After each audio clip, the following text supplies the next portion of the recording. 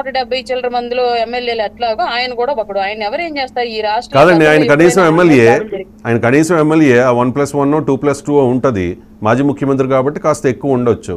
కానీ రీసెంట్గా తాజా మాజీల మీద మీరో లేకపోతే మీరు in the sense me party నాయకులు కార్యకర్తలో లేకపోతే తెలుగుదేశం పార్టీ కార్యకర్తలో లేకపోతే వాళ్ళ ఇన్నాళ్ళు వాళ్ళు చేసిన దాష్టికాలు తట్టుకోలేక భరించి ఒక్కసారిగా అవకాశం వచ్చింది కాబట్టి విరుచుకుపడ్డారు. What ever. కొడాలి నాని గుడివాడలో చూసాం మనం. మచిలీపట్నంలో పేర్ని నాని ఇంటి మీద దాడి చేయడం, విడతల రజని గుంటూరులో వాళ్ళ ఆఫీస్ మీద దాడి చేయడం, ఇటువంటివన్నీ కూడా అంటే ఒక్కసారిగా వాళ్ళకి ఏమంటారు దాన్ని 5 ఏళ్ళు భరించి ఇప్పుడు దాడి చేస్తున్నారు. ఏమనుకోవాలి? అండ్ జగన్మోహన్ రెడ్డికి ఎంతమంది సెక్యూరిటీ ఉంటుంది కాబట్టి ఓకే. మిగిలిన వాళ్ళందరూ కూడా మరి పార్టీలు కాకపోతే ఎవరు చెప్పండి?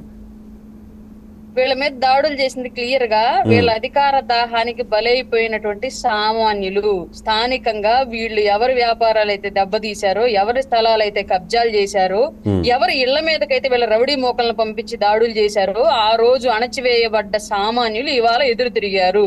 పిల్లిని బంధించి కొడితే పులైంది అన్నట్లుగా ఈ సామాన్యుడు, ఆంధ్ర రాష్ట్ర సామాన్యుని వీళ్ళ అధికారం అనే అహంకారం చేతిలో పెట్టుకుని హింసిస్తే ఇవాళ ఎన్డీఏ కూటమి యొక్క బలం చూసుకుని ఆ పులులై తిరగబడ్డ ఇవాళ గుంట నక్కల్ని తరిమి కొడతాయి తప్ప ఇందులో పార్టీల నాయకత్వానికి ఎలాంటి సంబంధం లేదు.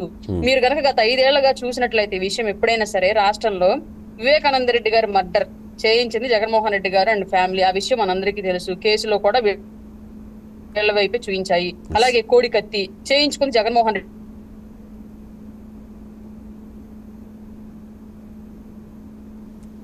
దానికి కూడా 4 వినిపిస్తుందా సార్? అయ్యా, ఇప్పుడు 2019 ఎన్నికల్లో ఇప్పుడు కోడికత్తి అంశం అప్పట్లో ఆ సానుభూతి ఎంతో కొంత జగన్మోహన్ రెడ్డికి వర్కౌట్ అయ్యి ఉండవచ్చు. ఎందుకంటే ఎన్నికలకు కొద్ది రోజుల ముందు జరిగింది కాబట్టి.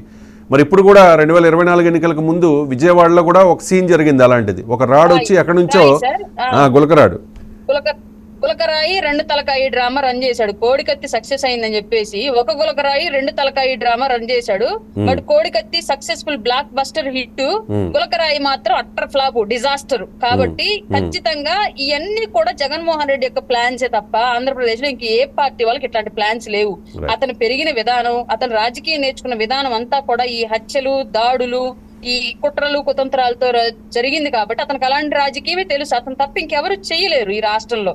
కాబట్టి ఆయన ఇప్పుడు అదనంగా సెక్యూరిటీ నాకు కావాలనుకుంటే ఇన్సిడెంట్స్ చూయించాలి. ఏం ఇన్సిడెంట్స్ చూయిస్తారు? కోడికత్తి మీరే చేయించుకున్నారు, గులకరాయి మీరే వేయించుకున్నారు. మా అరెస్ట్ చేసిన అబ్బాయి కూడా పోలీసుల మీద ఒత్తిడి వస్తుంటే విపరీతంగా బయట నుంచి ఏం చేయాలో అర్థం కాక వాళ్ళు ఆ కుర్రాన్ని సామాన్యుని తీసుకెళ్లి బలి చేశారు పోలీసు వాళ్ళు. కేవలం జగన్మోహన్ రెడ్డిని సేవ్ చేయడానికి ఆ ఇష్యూ నుంచి. అంతే తప్ప ఆ గులకరాయికి సామాన్యుడికి సంబంధించిన వ్యక్తి ఆల్రెడీ జనసేన లో జాయిన్ అయ్యాడు. ఆ పర్సన్ కూడా వచ్చి ఆ దండ వేసేటప్పుడు అది గీసుకోవటము అదంతా కూడా అతను లైవ్ లో ఉన్నాడు. అక్కడ అతను లైవ్ వ్యూవర్ ఎవరైతే ఉన్నాడో అతను జగన్మోహన్ రెడ్డి మనిషే. పాదయాత్ర అప్పుడు అతనితోనే ఉన్నాడు, కోడికత్తి అప్పుడు అతనితోనే ఉన్నాడు, నిన్న గులకరాయి అప్పుడు కూడా అతనితో ఉన్నాడు. ఆ వ్యక్తి ఆల్రెడీ మా పార్టీలోకి జాయిన్ అయ్యాడు. నేను వెళ్ళినప్పుడు కూడా అక్కడే ఉన్నాడు. ఆయన చెప్తున్నాడు స్టోరీ. అదంతా కంప్లీట్ గా మా వాళ్ళ స్క్రిప్టేనండి. పాపం పోలీసులు ఒత్తిడి తట్టుకోలేక ఆ కుర్రోడిని ఎవరన్నా బలి చేశారు. అతని మీద కేసులు తీయించే బాధ్యత కూడా ఇంక ఇప్పుడు పాపం పోగొట్టుకోవడానికి మేమే తీసుకోవాలి, తప్పదు ఇంకా అన్నట్లుగా మాట్లాడుతున్న సిచ్యువేషన్ అయితే నేను స్వయాన నా చెవులతో విన్నాను. ఇవన్నీ కూడా వైసీపీ డ్రామాలు ప్రజల్ని గొర్రెలను చేయడానికి ట్రై చేశారు. కానీ ప్రజలు మేము గొర్రెలం కాదు, మేము గమనిస్తున్నా, మాకు తెలివి ఉంది, మాకు విజ్ఞత ఉంది, మా రాష్ట్రం గురించి ఆలోచించుకోవాల్సిన బాధ్యత ఓటర్ గా మాకుంది అని చెప్పేసి 2024లో ఇంత భారీ స్థాయిలో వాళ్ళకి ఓటమి మాకు గెలుపు అందించారు. ఈ గెలుపు నిలబెట్టుకునే దిశగానే మేము ముందుకెళ్తాం తప్ప ఎవరి మీద కక్షలు కార్పణ్యాలు సాధించే ఉద్దేశం మా ఎన్డీఏ కూటమికి అయితే లేదు. ఈ జగన్మోహన్ రెడ్డి అనే ఒక సాధారణ ఎమ్మెల్యే మీద దాడి చేసే ఉద్దేశం కూడా మా రాష్ట్రంలో ఏ పార్టీకి ఏ నాయకుడికి లేదు. మిగతా 175 మంది ఎమ్మెల్యేలు ఎలాగో జగన్మోహన్ రెడ్డి గారు కూడా మాకంతే. ఒక సామాన్య పౌరుడికి విలువిచ్చే రాజ్యాంగం మనది. అట్లాంటప్పుడు ఒక ఎమ్మెల్యే కూడా విలువిస్తాం మేము డెఫినెట్ గా.